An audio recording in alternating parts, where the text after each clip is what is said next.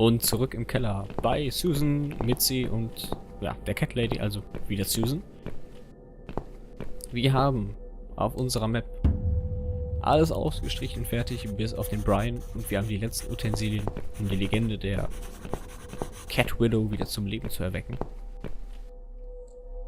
Also bereiten wir das Kleid mal dafür vor, das wir noch brauchen. Wir haben die Maske, wir haben das Kleid, wir haben die Schere, wir haben die Farbe. We need to make some adjustments. Yep.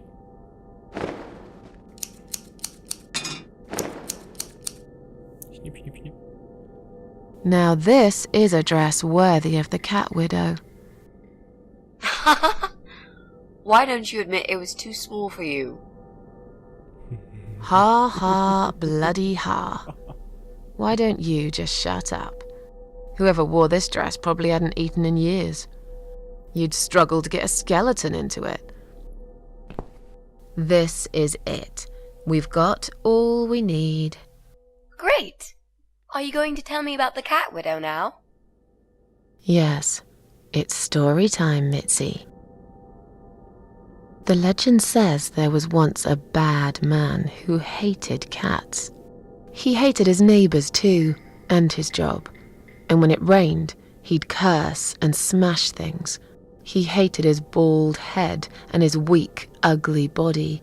He probably hated himself the most, although he would never admit it. I think I see where this is going. One day, out of pure hatred for the whole world and everything that lives, he captured a family of cats and drowned them all in the river.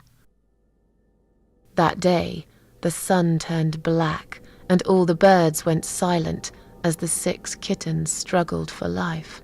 But trapped in a strong canvas bag, they never had a chance. They all died that day, all but one. The mother cat, in a desperate fight to set herself free, by pure luck clawed her way out of the bag and swam to the shore. She lost everything that day, her beautiful children and her proud husband. Her heart crashed into pieces as she watched their limp dead bodies stolen by the current. Running after them, she followed them for days, for as long as she could. Then, eventually, she lost sight of them. She stayed on the bank of the river for a while. The world stopped turning for her, her eyes empty and blind. And then, one day, she slowly slid down the bank and into the cold, dark water. She gave in to it.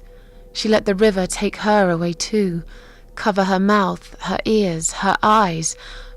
But as the water filled her lungs, and she started slipping into darkness, there was another strange feeling that burst in her mind like a ball of flames. Anger, rage even. Her last craving, before she drowned, was for revenge, for blood. And so she returned, reborn and changed, a cat widow, veiled in black, mistress of the cats.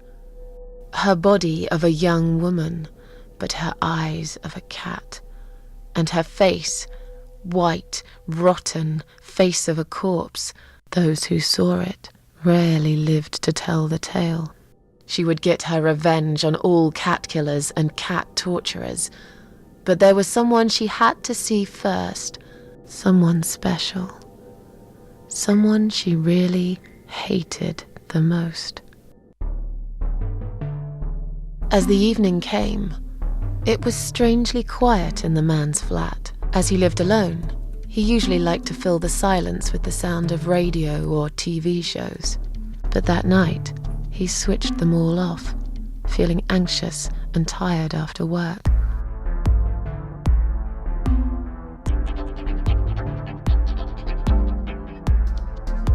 He tried to sleep, but couldn't. And for once, there wasn't anyone there he could blame for it. As he stared through the window, he kept thinking about how much he hated that view. He liked it once, a long time ago, when his wife was still there and they were happy together. Suddenly, he heard knocking on the door. Some part of him was glad, because that meant he could take it out on whoever decided to bother him.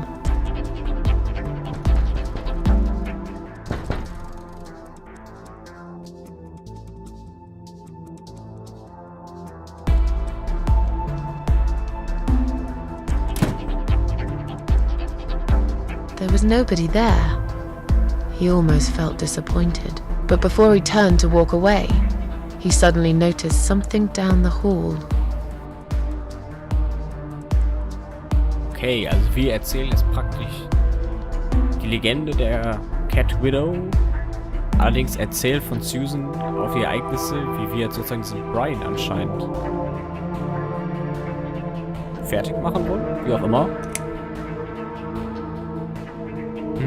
Was nehmen wir denn mal? Cloaked figure, okay. He noticed a shadow of a cloaked figure standing ahead.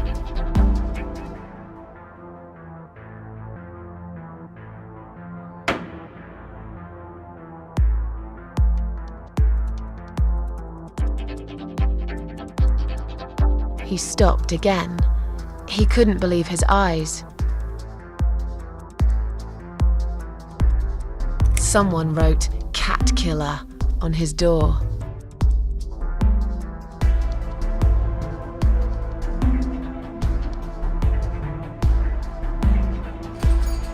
He had a passion for trains. Although he hated being a train driver, he had always enjoyed watching them move. But now, his train model was moving all on its own. He was absolutely certain he'd left it switched off.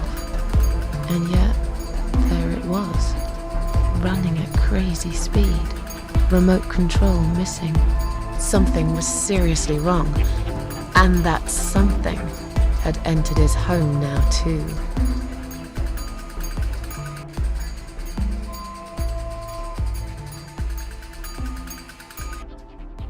He hoped he was just imagining things, tired as he was. But there was another surprise waiting for him in his bedroom. "Cat Widow is here," was written all over the wall.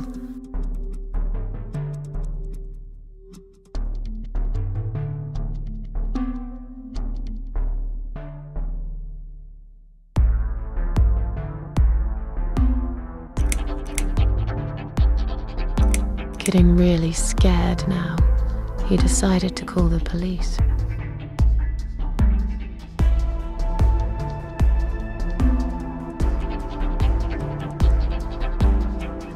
His phone was of no use. The SIM card had been removed, and that wasn't even the worst part. There was a photo of a black cat set as screensaver. He remembered this cat. He'd watched that strange pest control man put it in a cage and into his van. He'd looked at it through the window for a while, then pulled the curtains and went to bed.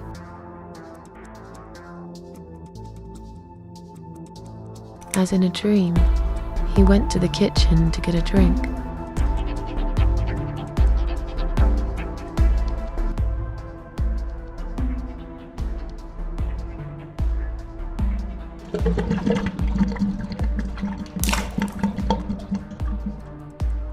There was no water. He knew there were valves in the basement that turned it off, but no one's been down there for years. He felt sick. None of this made any sense. And yet, deep down, he knew what he did to the cats was wrong. There was a part of him that almost wanted to be punished. The part he tried so hard to hide. He thought he'd heard something in the corridor. Was there someone there with him?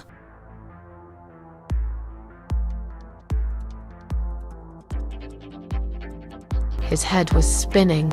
He felt ambushed, trapped, like an animal.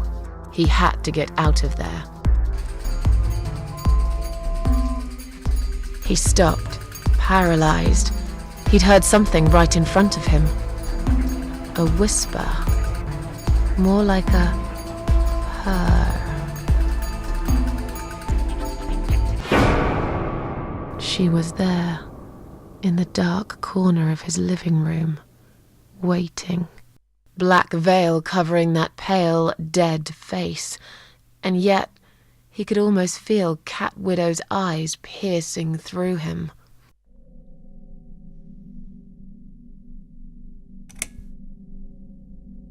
She came closer, like a ghost, and swiftly removed the veil.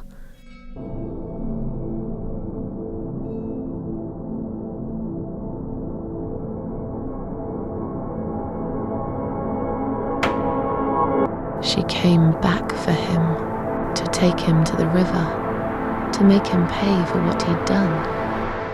As he looked into her eyes, he could feel the world spinning around him, his knees go weak, his pants suddenly wet around his crotch. As much as he hated life, he didn't want to die either. Inside, he was just a big, stinking coward. And then he fainted.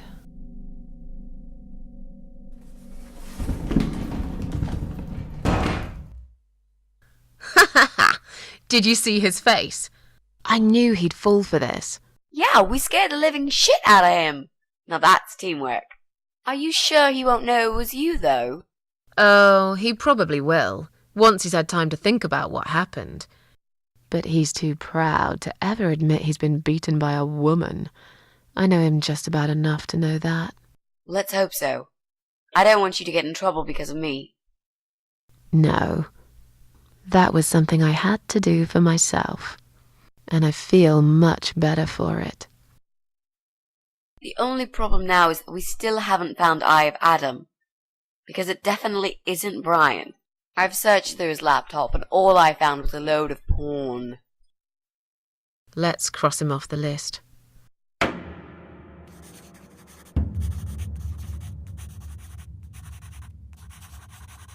Well, that means we've checked everyone.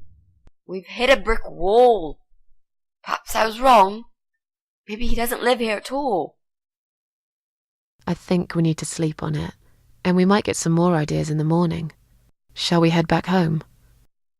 Yeah, I do feel tired. You're right, we need some sleep. Really wish there was an elevator in this building.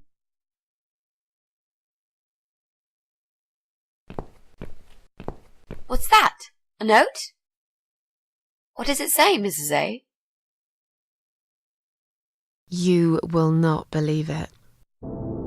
Meet me at midnight, both of you. I will wait. Flat 5. Door will be open. Do not fear. Eye of Adam. Flat 5? That's the old guy. Can't be. It can't be him. I guess we'll find out. At midnight. We've got a few hours until then. Let's get some coffee.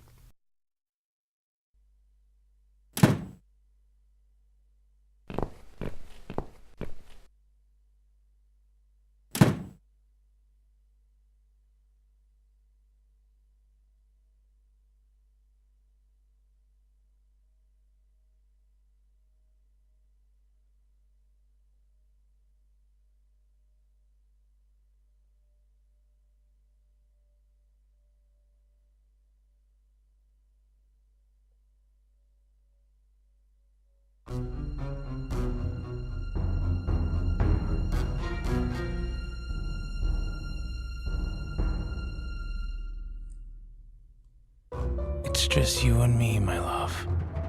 No one will find us here.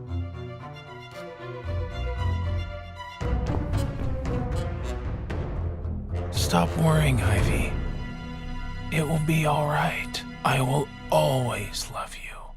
You know that. I'm gonna make you all better.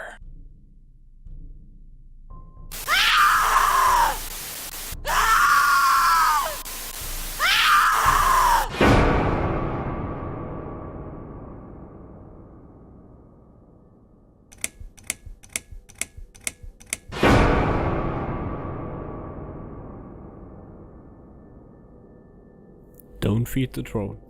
Das ist eine gute Aussage.